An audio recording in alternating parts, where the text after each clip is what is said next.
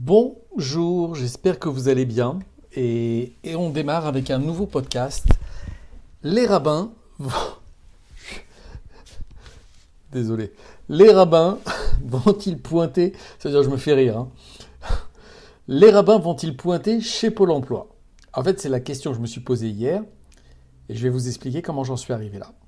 Mais pour bien commencer, vous savez comment ça se passe. Si vous aimez ce que j'essaye de faire, faut liker, vous inscrivez, vous commentez. Et ce compte d'algorithme, parce qu'il voit que ça en fait. Hein.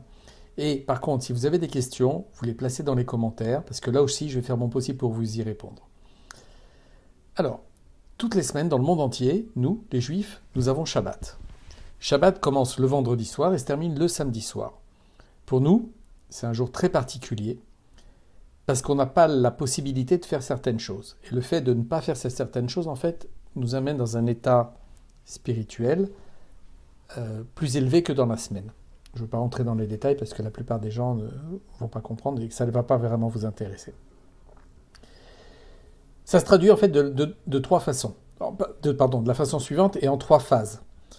Et si je simplifie pour une audience qui n'est pas juive ou qui ne connaît pas les règles, la première phase, c'est que la première étape, je ne sais pas comment le dire vraiment, premier point, on n'utilise pas d'énergie, voiture, téléphone, électricité, tablette, ordinateur, tout ce que vous pouvez imaginer. Pas d'appareil électrique non plus, en fait. Aucun appareil électrique.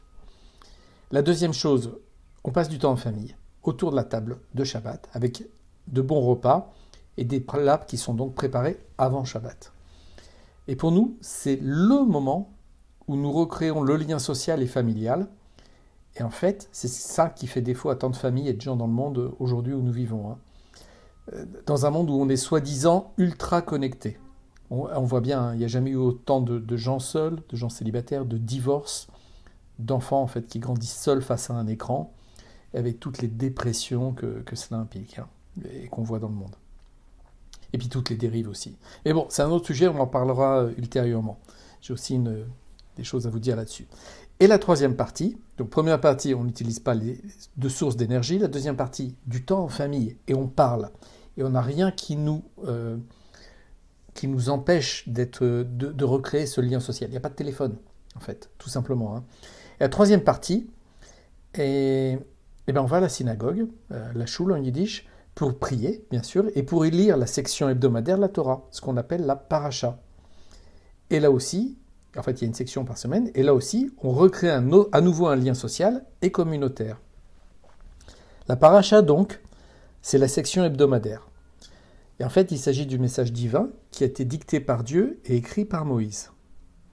Mais en fait, il ne s'agit pas seulement de la lire, mais il s'agit avant tout de la connaître, de la comprendre, de l'étudier, de l'approfondir et finalement de la transmettre. Le but, c'est finalement de la transmettre aux enfants, aux gens qu'on aime en fait.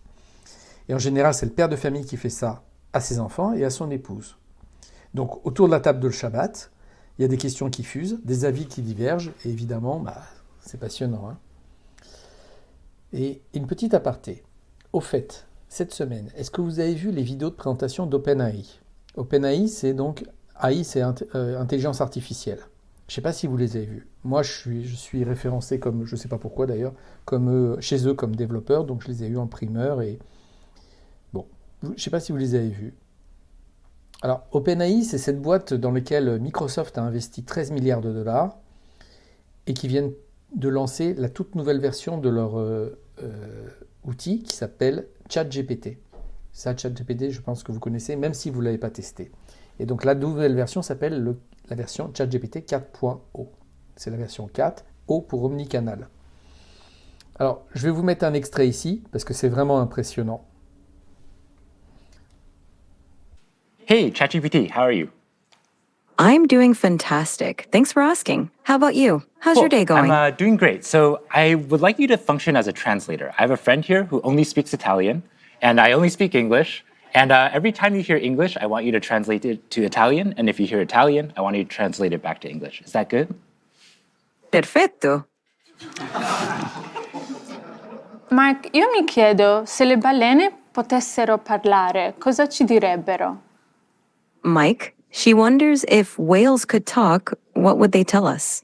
They might ask, how do we solve linear equations?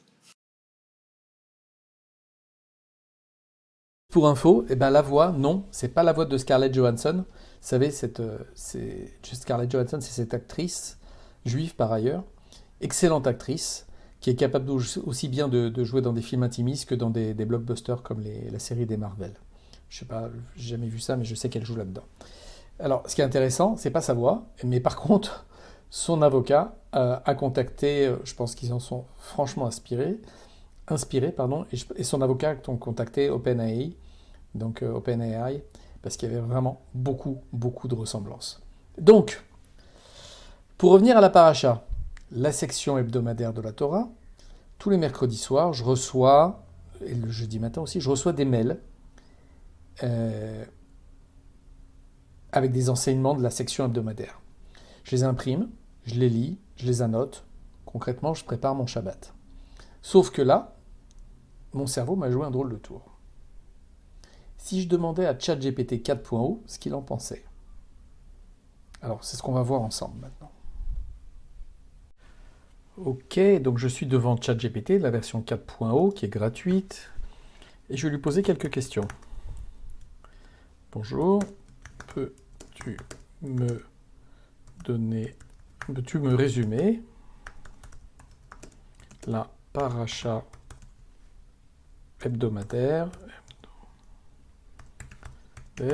Béar SVP, parce que je suis quelqu'un de poli. On va voir s'il sait répondre. Donc je vous rappelle quand même que je reçois, eh oui, il connaît. Ah, c'est intéressant parce qu'il me dit déjà, elle est tirée du livre du Lévitique, donc, en français, et il me fait un résumé sous forme de bullet point. Et elle couvre les lois relatives à la terre et la propriété en Israël. Donc les lois de la Shemitah, ce qu'on appelle en français la jachère, le jubilé c'est le yovel, qui intervient après 7 cycles de 7 ans, le rachat des terres, l'aide aux pauvres, les esclaves hébreux. Et une conclusion, ces lois et principes visent à promouvoir la justice sociale, l'équité économique, la reconnaissance de la souveraineté divine sur la terre et les ressources. Waouh. Ok. Je vais lui poser quelques questions. Donc je connais la paracha, et on va essayer de voir un petit peu, on va essayer de le prendre d'un défaut. On va essayer de voir jusqu'où il est capable d'aller. Où est-ce que les lois de la Shemitah, la Shemitah c'est le fait de laisser la terre se reposer tous les 7 ans, apparaissent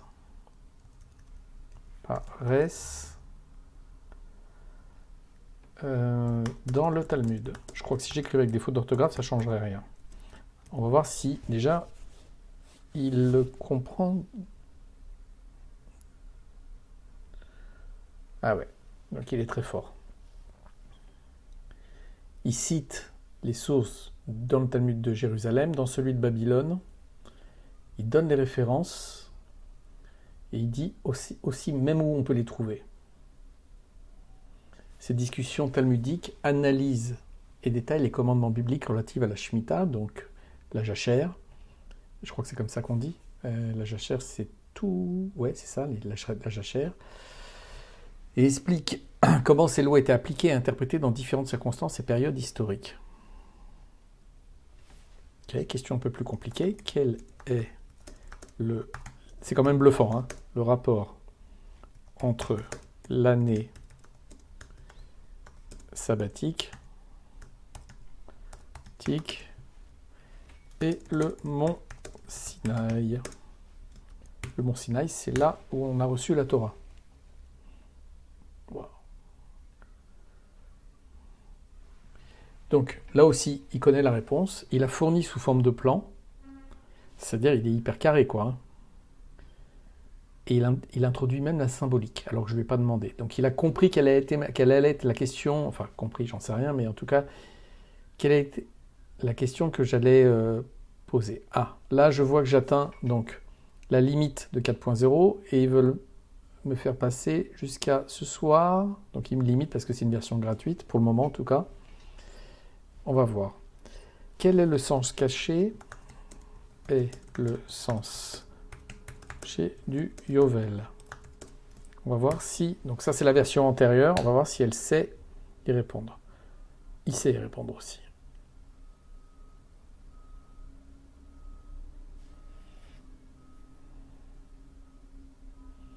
En somme, le Yovel va bien au-delà d'une simple réinitialisation économique. Il porte un message spirituel profond sur la liberté, la rédemption, la justice et la grâce divine, invitant les individus et la société à réfléchir sur leur relation avec Dieu, les autres et la terre. Question concernant... C'est balèze, hein? La prévention de l'appauvrissement dans la paracha Béar.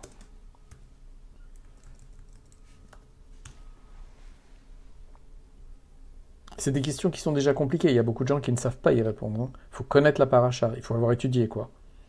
Ouais, donc il est balèze. On va changer de sujet. Donne-moi les règles de la cacheroute. Donc la cacheroute, c'est le fait de manger cachère. SVP, parce que je suis quelqu'un de poli. Ok, les animaux autorisés interdits. Interdiction de mélanger la viande et les produits laitiers. La shrita, la saignée rituelle. L'interdiction du sang, les fruits de mer, les fruits et légumes, certification. Donne-moi une recette cachère à base d'œufs de vache. SVP. Ah, et donc il est con. Il est con. Voici une recette classique cachère à base d'œufs de vache. Donc il est très con. Il est très con. Bah écoutez, hein, sur ce, moi je dis, messieurs les rabbins, vous pouvez continuer, vous pouvez dormir sur vos deux oreilles, c'est super, vous êtes tranquille, parce qu'il est con. Donc dormez tranquille sur vos deux oreilles. On a encore besoin de vous, au moins pendant un long moment. Bezrat Hashem, grâce à Dieu. Voilà, c'est tout ce que j'avais à vous dire pour aujourd'hui. Prenez soin de vous et des vôtres. Et sur ce, je vous souhaite un bon Shabbat.